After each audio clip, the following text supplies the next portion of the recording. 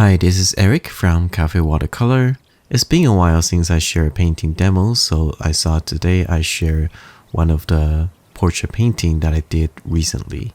This is a portrait of my neighbor Rick, and he is a wonderful guy, and I did this one as a gift for his retirement. So let's get to it. So first of all, I apologize for my sort of a nasal voice because I got sick. The school is starting again, so kids going back to school, and unfortunately it's inevitable that they bring back some germs from the school. So this happened. And I feel a lot better, but it's still a little bit difficult for me to do a video. I am still coughing a little bit. And usually the coughing is the last stage of my typical cold, and it can usually lingers up to a week or two. When I was younger, around my 20s, I got bronchitis and I recovered from that, but ever since that, every time I got sick, my cough just lingers for a long time. So hopefully I will be fully recovered from that, because I do have a video that's going to talk a little bit more detail about what's going on with me this year. Why do I upload video less this year? A little bit of mindset change on my end when it comes to my work, and also how is that going to affect this channel. So anyways, with all that being said, let's take a look at this painting. So you can see that I am working on the line drawing of the painting for quite a while, and this video is sped up quite a bit. In real time, I probably spent about half an hour doing this drawing. Now you might not think that's a long time, but consider the drawing only has his face, because the shoulder and the body, there's not much detail to it, so I actually spent quite a bit of time. The time that I spent wasn't really about drawing the detail, it's really about measuring, fixing my own drawing, trying to get the proportion and the placement correct, which is the most important thing when it comes to a portrait painting. You want your portrait to look correct, to look natural, and at the same time, you want your portrait to capture the likeness of your model. Especially for this portrait, because I'm actually giving it to my neighbor and I want them to be able to recognize Rick in this painting. So I had to take my time to make sure the drawing is correct, double check, triple check, make sure the proportion and the placement of the feature, the shape of each features, and his face correctly, just so that it looks like him. So in recent months, this is what I wanted to do for my artwork. I want to have a little bit more patience when I'm doing the drawing, and I want to put in enough care in each individual painting that I do. Here I put on some masking fluid for some of the highlight area, like the tip of the nose, some of his white beard, some highlight on his glasses. So I will talk about a little bit more about my mindset shift, but it's mostly due to my interview with some of the artists that I really admire about personal style.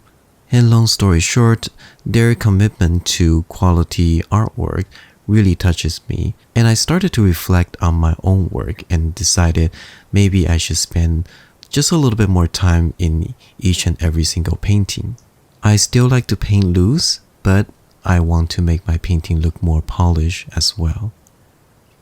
So here's the first wash. I laid down an overall big wash of the skin tone, and while it is still wet, I start to add just a little bit more color to get some transition and some color tones in it.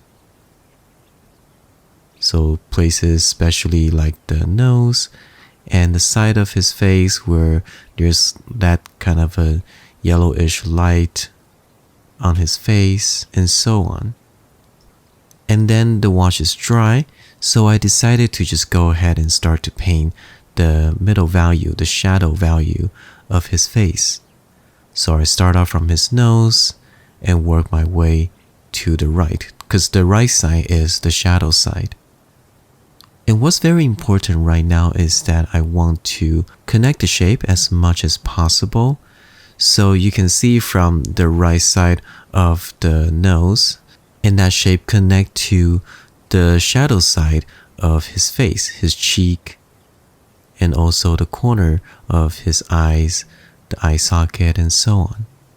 This is an important step because a lot of time we try to paint individual features differently, and that results in a portrait that looks a little bit messy. And you don't want to do that. You want to connect as much shape as possible because it's all one single face. You want the portrait to look cohesive. So I move on to the left side and added some shadow side of his cheek and his right eyes, which is our left side. I try to use different varieties of warm and cool just to make the color looks a little bit more interesting. But my palette is actually very simple. If I want some cooler color, I will add a little bit of cobalt blue and mostly cerulean blue. And if it's in a dark area, I will add some alizarin crimson. And if I want some warm color, I will add some red, orange. And if I want that kind of a pinky flesh color, I will use carmine. And here you can see that I'm starting to paint the dark side of his face. So from the right side, connect to the dark side of his beard. And I actually let that shape expand down onto his shirt. Because his shirt is so much darker than almost everything else, we can safely just paint the shape, expand that there. It's going to get covered anyways. So now I'm adding more value to his forehead. And even though he is not a young fellow, he has some wrinkles, it is important to suggest those by different values instead of painting lines. Before I paint in watercolor, I actually paint in oil and acrylic. And especially oil, I used to love painting portrait with oil paint. And when I was learning to paint portrait with oil paint, I learned to paint with different confident brushstrokes instead of keep mixing and blending. And this is helpful for me when I'm painting portrait in watercolor, because there are times that you want to actually show some brushstrokes. So here I'm taking a big flat brush and I try to paint the background and extend that shape down onto his shirt. I want to paint the background because I want to judge the value a little bit better. So now the background is in, I know how dark I should go. It also makes the painting looks a little bit more grounded. So now the wash on his face is mostly dry, I can start to paint some darker details. So going to the detail of the fold of the eye, the corner of the eye, and now the iris. I'm using a smaller brush. But even when I'm using a smaller brush, it is about painting smaller brush strokes, not to start to scrubbing my way through and get a lot of the detail. And here I slow down just a little bit so you can see that I will paint some shape, and after I paint those shape like the eyebrow here, I will use a damp brush to soften some of the edge so the edge can blend into the skin tone. But I will still leave some hard edges as well. So don't blend everything and don't try to make everything soft edges. You still want some hard edges to interpret the structures and the value differences. And as you can probably see, I am having a lot of good times when I'm painting his eyes. Rick is a very, very kind person, and I really want to show that in the painting. So a little story about Rick. He is my neighbor, like I mentioned earlier, and he has been in this neighborhood long before me. So when I arrived, I remember the first week while I was still busy unpacking, he baked a bread and shared it with me and my family as a welcome gift. And before he retired, he was a professor in a seminary school. He got his PhD and everything, But the thing is that I never really felt that from him. He's really down to earth, he's really kind and very pleasant to talk with. Even though he's so much more knowledgeable than me, he always appeared to be very, very humble and always willing to help out. And he and his wife, Marilyn, is just a huge blessing for our family as our neighbor. I have been living in different neighborhoods, so I know that good neighbors are not always easy to come by, and you don't get to choose your neighbor. So I am absolutely grateful to have such a kind and wonderful next door neighbor. Now back to the painting. If you look at the portrait, the right side and the left side, the right side has the dark value layer on it, and it just looks so much more dimensional. And if you really look at it, I didn't really add that much detail in it. It's just that I put the dark detail in the right place so that it brings out the dimensionality of the structure on the face, the features, and the eye just look deeper, and the nose starting to look more protruded. So it's all optical illusion. To paint a convincing, believable painting is all about putting the right value in the right place. And in order to do that, you need to know the structure of the subject that you are painting. And you also need to understand how physical lighting works. Why does certain things look dark? Why does certain things look brighter? Why is the shadow shape look like these? And then combine that knowledge to your understanding of watercolor technique, connecting the shape, simplifying the value. With all of that combined, and a lot of practice, of course, you will be able to paint a believable painting. And now the face is at a good place, so I decided to start to paint his hair. Hair is this strong shape that can bring the painting together. So you can see in this case it's absolutely true. I try to paint the hair as simple as I can, just to paint a nice clean shape, but with a little bit of color variation. And I also try to soften some of the edge, especially the edge that's going to be connecting to his skin. So after the hair is in, which is just a simple shape, the portrait looks a lot more finished. So here I decided to add just a little bit more details on his face, add some texture on his skin, and then I start to paint his shirt. Now his shirt is a lot darker than his white beard, so I actually use a small brush first so I can get some detail out,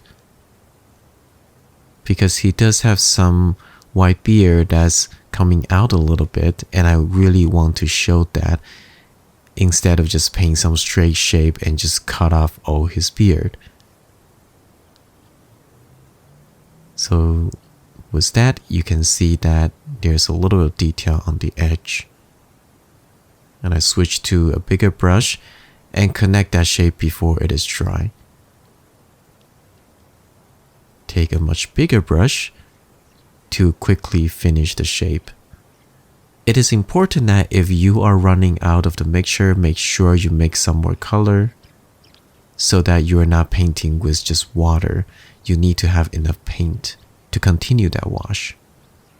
And here I actually add a little bit darker background here, simply because I want to bring out the white beard, just so that we can have his face stand out a little bit more. Adding some dark to his shirt, and this will really brings out the contrast of his face. Now since his face is pretty tightly rendered, I want to make the shirt just a little bit more loose so the viewers can focus on his face and especially his eyes. So just paint some dark shape, and I use a big brush with a little bit of water to soften that. And on the right side, same thing, paint some darker shape and soften that with clean water. Here I want to darken his neck a little bit, It's pretty much all in the shadow, and I want that to connect to the dark shape of his shirt. Adding some more dark details with a smaller brush. So nowadays, all of the painting that I use, I'm using my own signature brush set. So if you are interested, you can go down to the description. There's a link to that. So a little bit of shameless promotion here. And now I am using a small brush to paint the glasses. It is a very dark detail, and it's very easy to start to draw lines. So I try to break it up a little bit so that it doesn't feel as stiff. And lastly, adding some contact shadow underneath the glasses, so it feels like the glasses is sitting on top of his face. And here is the finished painting. I hope you enjoyed this painting, and I hope you enjoyed this demo. I will be putting out a video later after I'm recovered from my sickness. Until then, I hope you're doing better than me. I hope you're staying healthy and happy. Have a wonderful day wherever you are. I'm Eric from Cafe Watercolor. I will see you again next time.